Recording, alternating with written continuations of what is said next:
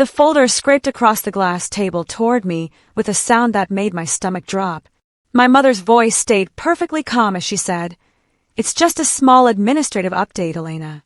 Nothing to worry about." I opened the folder slowly, my fingers already trembling before I understood why. The first page showed the company ownership structure. I scanned down the list once, then again, my eyes searching for something that should have been there. My name wasn't listed. Not as co-owner. Not as partner. Not anywhere. The letters blurred as my hands went cold. Around the conference table, 5 faces stared at documents, at phones, at anything except me. "Why is my name missing?" I asked, my voice smaller than I wanted it to be. The company lawyer, Mr. Peterson, adjusted his glasses and looked at my mother. She kept her eyes fixed on the cityscape beyond the window, her jaw tight. Nobody answered. The silence stretched so long I could hear my own heartbeat pounding in my ears. Then I understood. This wasn't a mistake. This was planned. I forced myself to smile, even though my face felt like it might crack. My chest tightened as I looked at my mother, waiting for her to meet my eyes, to offer some explanation that would make this make sense. She finally turned from the window, and her expression was carefully blank, the same face she wore during difficult board meetings. "It's better this way, Elena," she said, her tone suggesting the conversation was already over. Better for who? The words burned in my throat, but I swallowed them down. My hands clenched under the table where no one could see. I wanted to scream, to demand answers, to flip the table and watch all their perfect papers scatter. But I'd learned long ago that losing control in front of my mother meant losing everything. So I sat there, smile frozen, while something inside me quietly shattered. The betrayal wasn't just in the papers. It was in how easily she said it. How calmly. Like erasing me from 12 years of work was just another business decision. Tears pressed behind my eyes, hot and insistent, but I blinked them back. Silence felt safer than anything I might say. One thought landed in my mind, heavy and final. This was planned. She'd been planning this. My name is Elena Walsh. I'm 34 years old, and for the past 12 years, I've poured everything I had into Walsh Logistics, a mid-sized shipping and supply chain company that my mother founded 23 years ago. I'm not just talking about working there. I mean, I rebuilt the entire digital infrastructure when everyone else still used paper files and fax machines. I mean, I slept on the office floor during system crashes, missed my best friend's wedding to close a critical deal, and turned down job offers from competitors that would have doubled my salary. I did it because I believed this company was my future. I believed family meant something. I believed that loyalty, hard work, and sacrifice would be recognized. My mother used to introduce me at conferences as the future of his company, and I'd felt proud hearing those words. But sitting in that glass-walled conference room, staring at papers that proved I'd been erased, I realized something awful. Those words had never been a promise. They'd been a leash. And now that I'd made the company valuable enough, she didn't need me anymore. I remember the night the servers crashed 3 years ago like it had happened yesterday. It was 2 a.m. on a Friday, and our entire order processing system went down right before a major shipping deadline. If we missed it, we'd lose contracts worth millions. I got the emergency call while I was at dinner celebrating my birthday. I didn't hesitate. I drove straight to the office in my dress and heels, grabbed my laptop, and spent 9 hours buried in code, tracing the problem through thousands of lines until I found the corrupted file. My mother had shown up around 5 a.m. with coffee and sat beside me as dawn broke through the windows. "You're the only one who understands the system, Elena," she'd said, her hand on my shoulder. "I don't know what I'd do without you." Those words had felt like everything I'd been working for. Validation, recognition, proof that I mattered. I believed that moment meant something. That my mother saw me not just as her daughter, but as essential to everything we'd built together. I was wrong. So completely, devastatingly wrong. She hadn't meant I was essential. She'd meant I was useful. And there's a difference. Looking back, I should have seen the pattern earlier. My mother had always favored people who agreed with her over people who challenged her, even when the challenge was necessary. During quarterly meetings, she'd praise executives who nodded along with her ideas, even the bad ones, while dismissing my concerns as overthinking or being difficult. When I'd suggested modernizing our warehouse management system 2 years ago, She called it unnecessary spending. 6 months later, when our biggest competitor announced their new automated system and started stealing our clients, she blamed market conditions. She never apologized, never admitted I'd been right. She just moved forward like the conversation had never happened, leaving me to fix the mess quietly in the background. I told myself it was just her leadership style, that she trusted me enough to disagree with me. But now I understood. She liked loyalty that bowed. She liked employees who made her feel powerful, not partners who made her feel challenged. And I'd questioned everything. Every outdated process, every inefficient system, every decision that put ego over results. Now I was paying for it. I didn't argue. I didn't cry. I didn't give her the satisfaction of seeing how deep the knife had gone. Instead, I closed the folder carefully, aligned it with the edge of the table, and stood up. My legs felt unsteady, but I forced them to hold me. "Thank you for letting me know," I said, my voice steady despite everything inside me screaming. I gathered my notebook, tucked my phone into my pocket, and walked to the door. Behind me, I heard my mother exhale, a soft sound of relief that hit me harder than any words could have. She thought this was over. She thought I'd just accepted it, taken my dismissal like a good daughter, and walked away quietly into whatever smaller life she decided I deserved. Mr. Peterson mumbled something about transition documents, but I was already in the hallway, my heels clicking against marble floors I'd walked 1,000 times. I made it to the elevator, to my car, to my apartment. Only then, with the door locked and the blinds drawn, did I let myself shake. My phone buzzed with a text from my mother. "Let's have dinner next week. We should talk." I stared at it, then set the phone face down on the counter. She thinks this is over. She has no idea what's coming. That night, I couldn't sleep. I sat at my kitchen table with my laptop, staring at the blue glow of the screen as rain pattered against the window. My hands shook as I opened an old digital folder I hadn't touched in years. It was labeled 2018 Restructure, Final Docs. Back then, the company had been struggling. A major client had defaulted on payment, leaving us with a cash flow crisis that nearly destroyed everything. My mother had wanted to take out high-interest loans. I'd argued for restructuring instead, for bringing in an outside consultant, for doing things the hard way so we'd be stronger later. We fought for weeks. Eventually, she'd agreed, but only if I handled everything. So I'd worked with lawyers, accountants, and business advisors for months. And during that process, I'd insisted on adding certain protections. At the time, my mother had barely read them. She just wanted the crisis over. Now, scrolling through those documents at 3 a.m., I found what I'd been looking for. Section 14B. The clause I'd written, just in case. My breath caught in my throat. My hand stopped shaking. I whispered into the empty kitchen. "You forgot about me, didn't you?" Section 14B was only 3 paragraphs long, buried in the middle of a 40-page restructuring agreement. But those 3 paragraphs changed everything. The clause stated that if any founding partner was removed from ownership without unanimous consent of all original stakeholders, the removed party could trigger an operational performance review.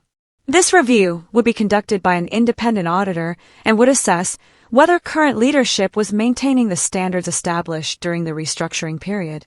If the review found significant operational decline or mismanagement, ownership structure could be challenged and potentially redistributed. I'd written this clause because I'd been terrified back in 2018. Terrified that my mother would blame me if the restructuring failed. Terrified that she'd use me as a scapegoat. So I'd protected myself. At the time, she'd signed it without really reading it, too distracted by the financial crisis. Now, 6 years later, that forgotten protection was my only weapon. I read the clause 5 times, memorizing every word. Then I opened a new document and started making notes. I didn't have power. Not yet. But I had leverage. And sometimes that's enough. I didn't act immediately. I knew my mother would be expecting anger, tears, maybe a desperate phone call begging for my position back. I gave her none of that. Instead, I went silent. No return calls. No responses to her dinner invitation. No appearance at the office. Days turned into a week. Then 2. During that time, I watched. I still had access to some of the company's systems, credentials no one had thought to revoke because they were buried in technical back-end systems only I understood. I monitored operations like a ghost, seeing everything while being invisible. And I started noticing problems. Small ones at first. A delayed shipment here. A miscommunicated order there.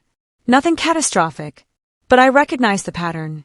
These were the kinds of mistakes that happened when the person who'd built the digital systems wasn't there to maintain them. My mother was trying to run everything the way it had always run, not understanding that the way it had always run only worked because I'd been holding it together. I watched errors compound. I watched efficiency drop. I watched the machine I'd built start to break down. And I waited. Sometimes the best revenge is patience. 3 weeks after the meeting, the first major crack appeared. I found out through a former colleague who still trusted me. The Brunson account, one of our biggest clients, had stalled their contract renewal. According to my source, Brunson's operations manager had complained about declined service quality and response time issues. I pulled up the account history on my still active backend access. The problem was obvious. Brunson required specific routing protocols and real-time tracking updates that I'd personally managed through custom automation I'd built. Without me, someone was trying to handle it manually, and they were making mistakes. A second client, Peterson Industries, had similar complaints. Then a third. The pattern was clear. The systems I'd created and maintained for years were failing without me, and my mother didn't even understand why. She was blaming market conditions again, telling people it was just normal business fluctuation. But I knew better. This was structural failure. This was what happened when you removed the architect and expected the building to stand on its own. I thought about reaching out, about offering to help fix the problems I could see coming. Then I remembered her face in that conference room. The way she'd avoided my eyes. The relief in her voice when I'd left. No. She'd made her choice. Now she'd live with it. On Monday morning, I walked into a law office downtown and met with an attorney named Mr. Harrison, who specialized in corporate disputes. He was in his 60s, with gray hair and sharp eyes that missed nothing. I slid the restructuring agreement across his desk, Section 14B highlighted in yellow. He read it slowly, then looked up at me with something like admiration. "Did you write this clause yourself?" he asked. I nodded. 6 years ago. When nobody thought it mattered. He smiled. "It matters now. This is extremely well crafted. You essentially wrote yourself an insurance policy." We spent 2 hours going over the process. To trigger the operational performance review, I needed to send a formal certified letter to the company's registered address, citing the clause and requesting an independent audit under its terms. Once triggered, the company would be legally obligated to comply. My mother couldn't refuse without violating the restructuring agreement, which could void other protections she relied on. "Are you sure you want to do this?" Mr. Harrison asked. "Family businesses can get messy." I thought about 12 years of work erased in a conference room meeting. "I'm sure." He drafted the letter that afternoon. I signed it in blue ink, my hand steady. The letter was professional, polite, and absolutely devastating. Subject: formal request for operational performance review under Section 14B. The clause was now active. The certified letter was delivered on Wednesday at 10 a.m. I knew because I'd requested tracking confirmation. By 2 p.m., my phone started ringing. I didn't answer. My mother called 6 times. Then Mr. Peterson, the company lawyer. Then my aunt, who sat on the board. I let every call go to voicemail. The messages started out confused, then angry, then almost panicked. My mother's final voicemail that day was just 5 words, her voice tight with barely controlled fury. "What do you think you're doing?" I texted back 1 sentence. "Reading the contracts you didn't." Then I blocked her number. I wasn't being cruel. I was being strategic. Anything I said could be used to paint me as emotional or unstable. Silence was power. That evening, my former colleague texted me. "All hell is breaking loose at the office. Your mom had 3 emergency meetings. People are freaking out." I smiled at my phone. Good. Let them freak out. Let them scramble. Let them realize that removing me had consequences they hadn't anticipated. The next day, Mr. Harrison called. "They've contacted me. They want to negotiate before the audit happens." "No," I said. "The clause is clear. The audit happens first. Then we talk." He chuckled. "You're tougher than you look." "I had a good teacher," I said. "She taught me to never show weakness." I just learned that lesson better than she realized. The independent auditing firm arrived 2 weeks later. They were professionals, not family, not friends, not people who could be charmed or manipulated. They cared about one thing only: numbers. I'd specifically requested them because their reputation was spotless. Harrison and Associates didn't do favors. They did facts. The audit would take 3 weeks and cover operational efficiency, client satisfaction, system performance, and leadership effectiveness. Every metric that mattered would be measured against the standards we'd established during the 2018 restructuring, the standards that had saved the company. I wasn't allowed to be present during the audit, which was actually perfect. My absence made the process more legitimate, more official.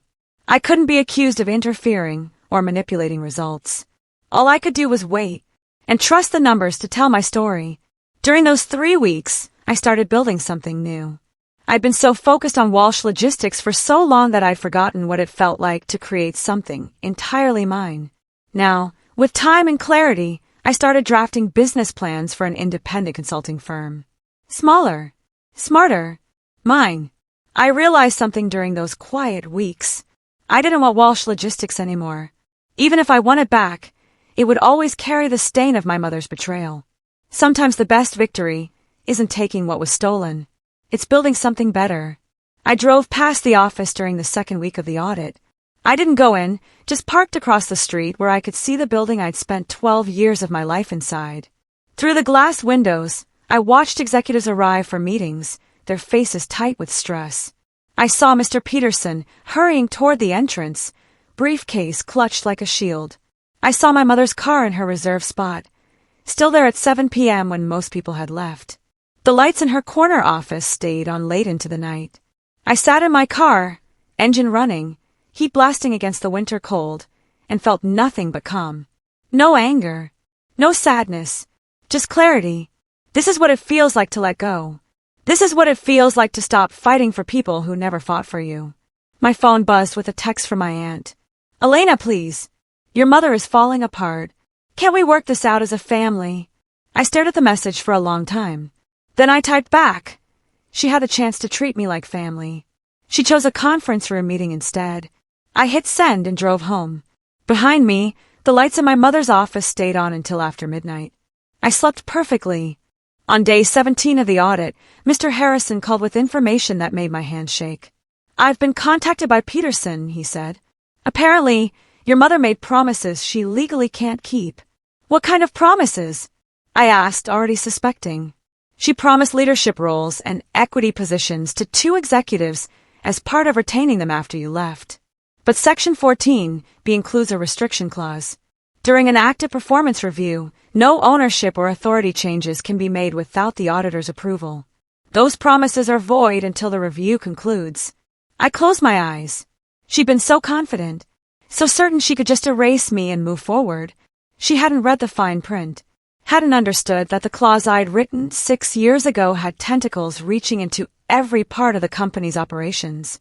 Her confidence was now her liability. Every move she'd made assuming I was gone permanently was potentially a violation of the restructuring agreement. Every promise she'd made was built on sand. "What happens now?" I asked. "Those executives are furious. They're threatening to leave. Your mother is trying to renegotiate, but she doesn't have the authority. It's chaos." Good, I thought. Let her feel what I felt. Let her watch something she built crumble because someone she trusted made decisions without her.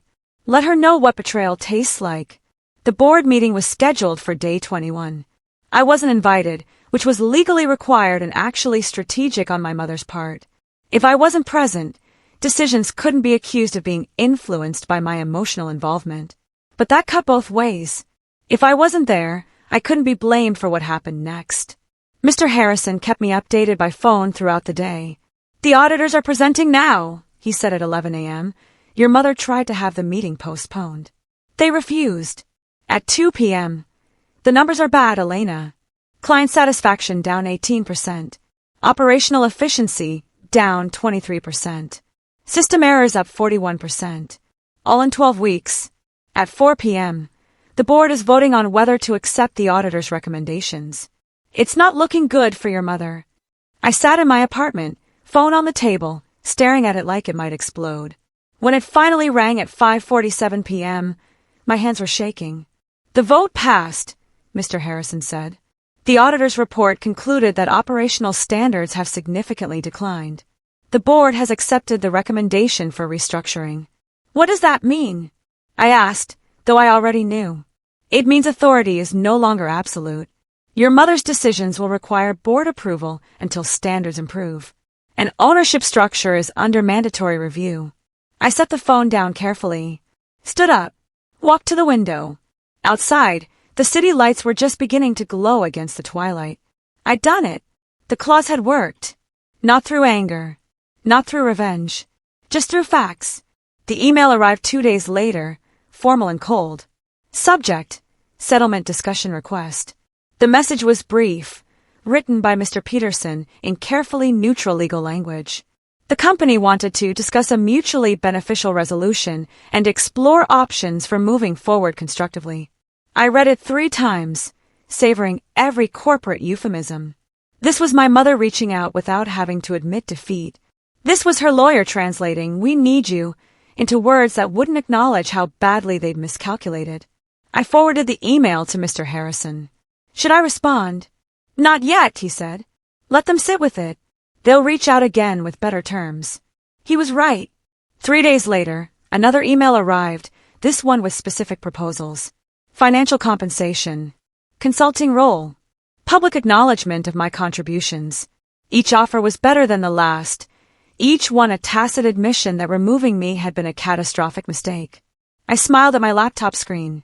For the first time in weeks, I felt genuinely happy. Not because of the money, or the titles, or the recognition. Because I'd proven something I'd needed to know. I wasn't disposable. I'd never been disposable. They just hadn't understood my value until I was gone. Now they did. And now I had a choice to make. But the power to choose was mine. That night, I reread Section 14b one more time, going past the paragraphs I'd memorized to the final page I'd barely looked at in 6 years. Subsection 14b.4. My breath caught as I read the words I'd written, so long ago. In the event that operational performance review determines significant decline under removed partner's absence, ownership structure must be either redistributed to reflect actual operational contributions, or existing ownership must be liquidated and company assets must be sold to satisfy restructuring obligations. I'd written that clause as a nuclear option, something so extreme I'd never thought it would matter. But I'd been 28 and paranoid, protecting myself against worst-case scenarios I'd barely believed possible. Now, reading it with adult eyes and hard-won clarity, I understood what I'd done. I hadn't just given myself leverage. I'd given myself the power to force an ending. If I pushed this clause, my mother would have 2 choices: give me back real ownership and real power, or lose the company entirely. There was no middle ground. No half measures. No comfortable compromise where she saved face. I'd accidentally written the perfect trap. And my mother, in her arrogance, had walked straight into it. She hadn't read that far.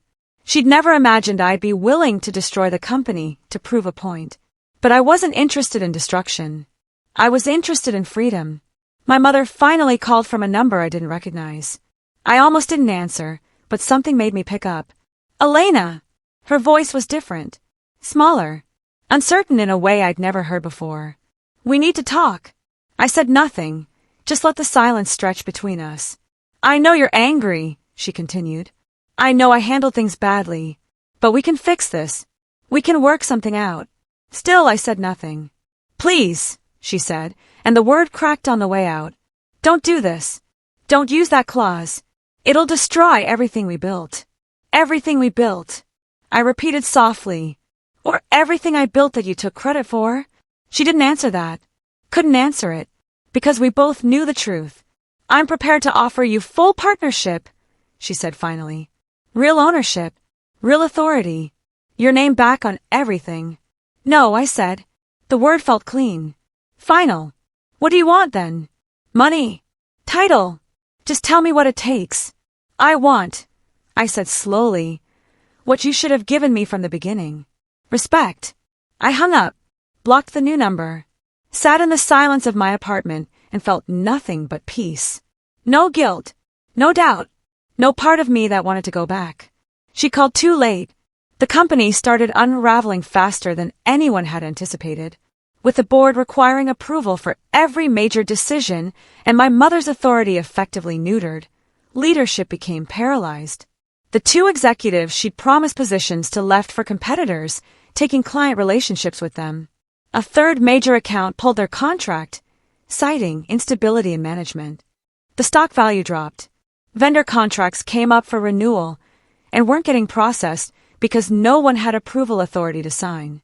The machine I'd built and maintained for 12 years was grinding to a halt, not because I'd sabotaged it, but because I'd been the only one who understood how all the pieces fit together. My mother had thought the company ran itself. She thought the systems were automatic, that the relationships were guaranteed, that success was permanent.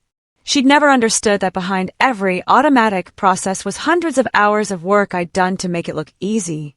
Now, with me gone and the board restricting her every move, the truth was becoming painfully obvious. Walsh Logistics hadn't been running on her vision. It had been running on my execution. And without me, it was dying. Not because I wanted it to. Because arrogance had left no backup plan. Mr. Harrison called with the final offer. They're prepared to give you 30% ownership, voting rights on all major decisions, and a formal apology in writing. 6 months ago, I would have cried with relief at an offer like that. It was everything I'd wanted, everything I'd worked for. But now, sitting in my new office space for Elena Walsh Consulting, surrounded by plans for my own future, the offer felt hollow. What happens if I say no? I asked. Then the clause forces liquidation proceedings. The company will have to be sold or dissolved. Your mother loses everything. Everything. The company she'd built before I was born. The legacy she'd planned to leave. The identity she'd wrapped herself in for 40 years. I thought about that for a long time. Thought about revenge. Thought about justice. Thought about what I actually wanted. I don't want partial ownership, I told Mr. Harrison finally. I want a clean exit. Full buyout of any theoretical ownership stake. References. Non-compete waiver. And a public statement acknowledging my contributions. That's it. He sounded surprised. That's it, I confirmed. I don't want her company anymore. I want my freedom. He was quiet for a moment. You could take so much more. I know, I said. But more of something I don't want is still nothing I need. I declined the partnership. I requested the exit. And I meant it. The final documents arrived by courier 3 days later. Everything I'd asked for, signed and notarized. The buyout was generous, though not as much as partial ownership would have been worth. The non-compete waiver meant I could start my own logistics consulting firm without legal restrictions. The public statement was brief but clear, acknowledging my instrumental role in modernizing Walsh Logistics operations and establishing industry-leading systems. My mother's signature was at the bottom, the ink slightly smudged like her hand had shaken. I signed my name one last time on Walsh Logistics documents. Elena Marie Walsh. The letters looked different somehow. Stronger. Mine. I scanned the papers, sent them back, and watched the transaction clear in my bank account 2 days later. 7 figures. Not enough to retire, but enough to build something real. Enough to start over on my own terms. My name appeared one final time on the company's internal documents, listed under separated executive partners, dated and filed. Then it was gone from their system entirely. Deleted. Removed. Disappeared. Exactly how I wanted it. Because sometimes the best revenge isn't taking what was yours. It's building something better and letting them watch from a distance while you succeed without them. My mother had tried to erase me. Instead, she'd set me free. 6 months passed before I heard what happened next. Not from my mother, but through industry connections who thought I'd want to know. Walsh Logistics had been sold to a larger firm. My mother had lost majority control in the deal, kept on as a consultant with a fancy title but no real power. The company she tried so desperately to hoard, tried so hard to keep within her control, had slipped through her fingers anyway. Not to me. Not because of me. But because the system she'd underestimated had consequences she couldn't dodge. Because you can't remove the foundations and expect the building to stand. Because arrogance always costs more than it promises to pay. I didn't feel triumphant hearing the news. I didn't feel vindicated or satisfied. I felt distant from it, like hearing about something that had happened to someone else in a story I'd finished reading. That chapter of my life was closed, not with explosive drama, but with quiet finality. She'd lost the company, trying to cut me out. That was poetic in its own way. But more importantly, I'd gained something she could never take back. I'd gained myself, and that was better than any inheritance. Elena Walsh Consulting launched officially that spring. Small office, smart team, completely mine. I specialize in supply chain optimization and digital infrastructure for mid-sized logistics companies, the exact expertise I developed at Walsh, but now offered independently. My first client came through a referral from the Brunson account manager, the one whose contract had stalled after I left. "We heard you were going independent," he said. "We'd like to work with you directly." The second client was Peterson Industries. Then 3 more. Within 6 months, I had a client roster that would have made my mother's company jealous. But I wasn't competing with Walsh Logistics. I was building something different. Something that valued expertise over hierarchy, innovation over tradition, competence over nepotism. Every decision was mine. Every success was mine. Every failure would be mine too, but that felt honest in a way the family business never had. I hired carefully, people who shared my values, who understood that loyalty worked both ways. I paid well. I treated people like adults. I built the company I wish I'd been part of. And every morning, walking into my own office with my own name on the door, I felt something I'd never felt at Walsh Logistics. I felt home. I didn't win by staying. I won by leaving. That's the truth my mother never understood. She thought power was about holding on, about controlling, about forcing people to need you. But real power is knowing when to walk away. Knowing that you're valuable enough to build something new instead of fighting for scraps of something old. Some people don't lose you when they betray you. They lose themselves. My mother lost her company, her control, her legacy, not because I destroyed it, but because she destroyed herself trying to cut me out. The system she ignored came back to haunt her. The daughter she underestimated walked away stronger. Now, a year later, I barely think about Walsh Logistics. I think about my next project, my next client, my next innovation. I think about the team I'm building and the future I'm creating. I think about the fact that I sleep well at night, with no one to answer to but myself. My mother taught me a lot over the years. She taught me how to work hard, how to think strategically, how to spot weaknesses in systems. But the most important lesson she taught by accident. She taught me that blood doesn't obligate loyalty. That family is earned, not given. That sometimes the people who hurt you most are the ones who help you become who you were meant to be. I don't talk to my mother anymore. I heard she tried calling once from a number I didn't recognize, but I let it go to voicemail. I never listened to the message. I don't need to. Whatever she had to say, it's too late. Not because I'm angry, but because I've moved on. Some doors, once closed, should stay that way. Not out of spite, but out of self-respect. She made her choice in that conference room. I made mine in the months that followed. And now we both live with the consequences. The difference is I'm thriving. And that's the ending that matters.